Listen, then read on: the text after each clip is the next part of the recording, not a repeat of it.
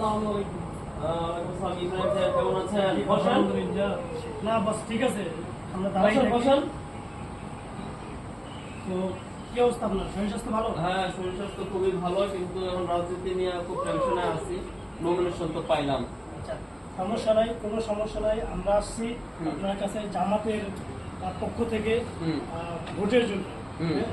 এবার মনে করেন যে জামাত তো সবার মুখে মুখে জামাতে ভোট দিবে, সবাই বলতে জনগণ যেহেতু জামাতের পক্ষে, আমরা তো সেই জামাত থেকে আপনার কাছে আসছি।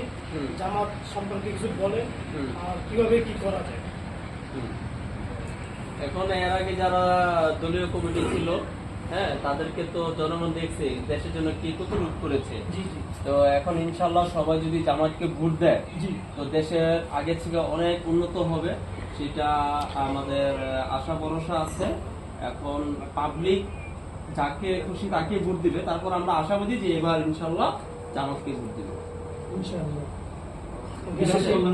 আসি বস, হ্যাঁ, জামাতের ভোটটা আপনার থেকেও আমরা আশা করি। ইনশাল্লাহ ইনশাল্লাহ। হ্যাঁ, ঠিক আছে, আসি। ওকে ওকে ওকে, ঠিক আছে।